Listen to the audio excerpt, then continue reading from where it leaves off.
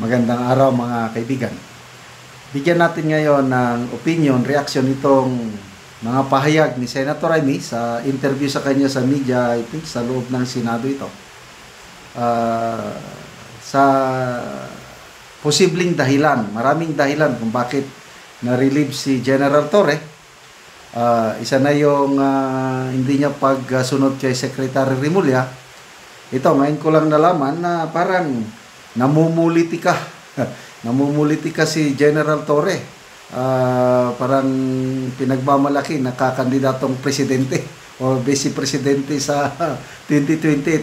Marami daw na mga kapulisan pakinggan natin si Senator Amy. Ang pagkaalam ko, na-demote si Nartates at yung General na Ilocano, nagdadaing kung bakit daw nangyari yun. Kaya sinita ko siya, sabi ko, uy, ba't ganun? Nako, may balik yan, magdahan-dahan ka. Hindi ko naman alam, magiging bilang anghel ako. At nagpapuuman din ako, wala akong alam. Ang alam ko lang, ang balita ko, doon sa mga appointment ng mga RD at iba pa, talagang hindi sila nakipagkonsulta kay Secretary John B. Hindi naman tama yun. Siyempre, may boss tayong lahat. Yung boss na si John B. At ikalawa, masyadong maingay at maugong na nagmamalaki yung ibang classmate niya na tatakbong presidente o vice-presidente sa 2028. At nakita na nakapaskel yung kanilang mukha at sabi pa nga nung iba, hindi lang pala politiko ang EPAL. Kaya parang inaabangan na rin inaabangan na rin ng ibang tao dahil may nadidinig na pang-aab. So ma'am, namumuliti ka na rin siya? Start na? Parang yun yung sense nung ibang kapulisan. May naririnig lang ako. Yun ang dahilan, you think, ma'am? Hindi ko alam kung ano yung dahilan. Ang alam ko lang na nagkaroon ng order tungkol sa mga appointment na naiiba yung kay SING. Hindi naman maaaring gano'n. Dapat naman talagang magkasundo sila. Nakakahiya naging publiko pa yung alika nila. Hindi tama yun. You find it disturbing yung parang sabi niyo, ma'am, pamumuliti ka po, yung General Torre? Ewan ko kung anong marathon yung tinatakbuhan nila. Marami sila masyado. Okay. So, pag-usapan natin yung pamumulit ka, yung tatakbong presidente or vice-presidente. Ang nagpupus niyan, yung idea na yan, si Sub-Saharan African yung si Richard Hidarian. At sinasabi niya, popular daw si General Torre. Siya daw ang may pag-asa.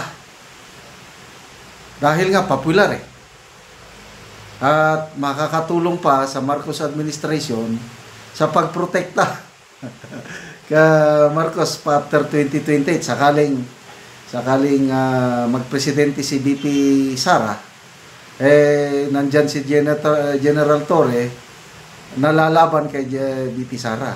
So yun, so ngayon ko lang ito narinig na may mga, according to, narinig nyo naman yung sinabi ni Senator Amy, may mga grupo sa kapulisan na hindi maganda ang dating. Yung kanyang pag-iingay, sobrang mahangin na kakandidato. O yun, sinibak tuloy siya. So, ano na ngayon ang naghihintay na kinabukasan ni General Torre? Kinabukasan sa politika, sa kanyang karir, depende na. Nasa decision niya na yun kung mag-early retirement or tuloy lang ang serbisyo na wala namang posisyon, floating status. So, retire na siya March, to be exact, March 11, 2026. Retired na siya. So, tatakbo kaya? Ano sa tingin nyo? Papasok siya sa politika? Palagay ko, papasok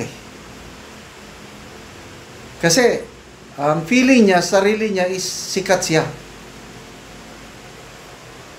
Alam niyang meron siyang backing. So ang mga backer sa kanya ay yung mga Marcos loyalist.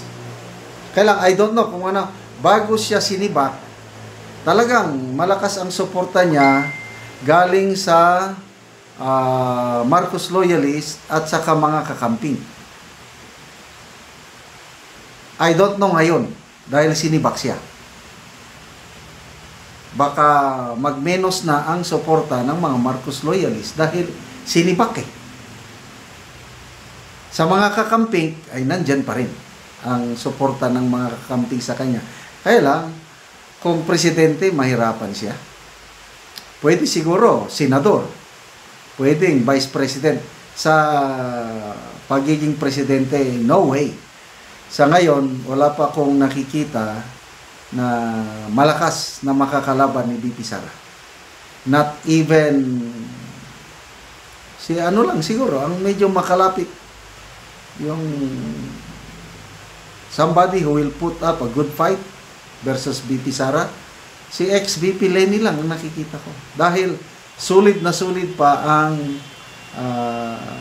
voters base ni BP Lenny. Pwede.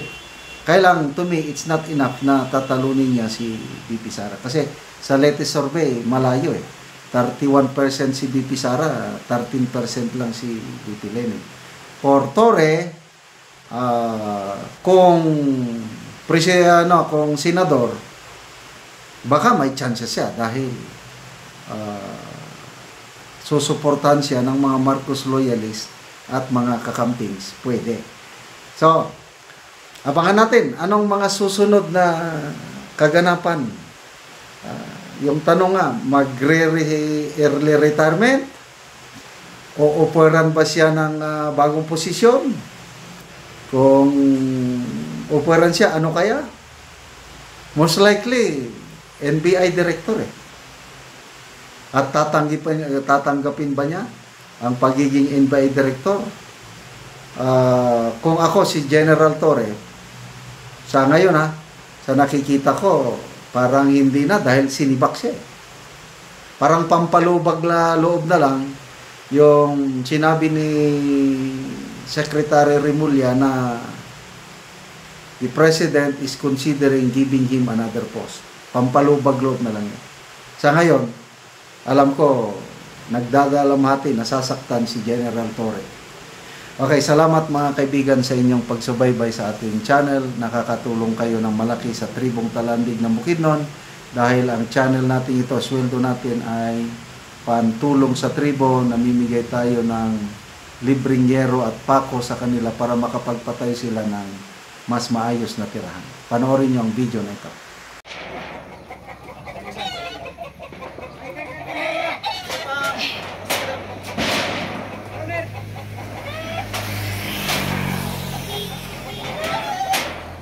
Salamat kayo.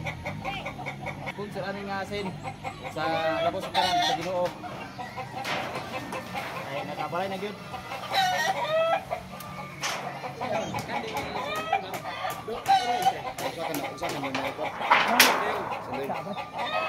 Ano ka dia?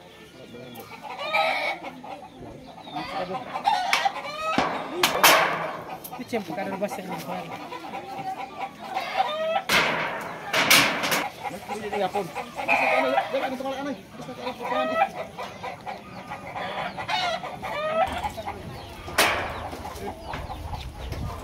Ini ceritain. Itu apa sana?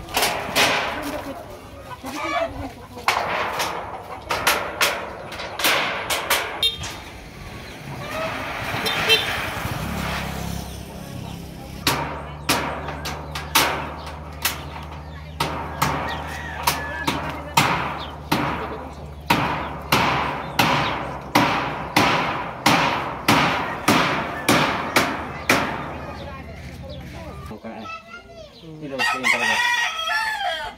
Pak.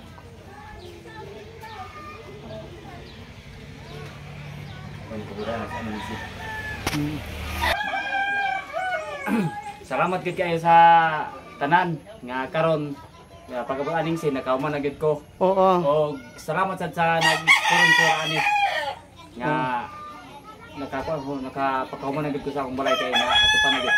Oo, so salamat kaayo. Ug salamat sa istanan. Oo.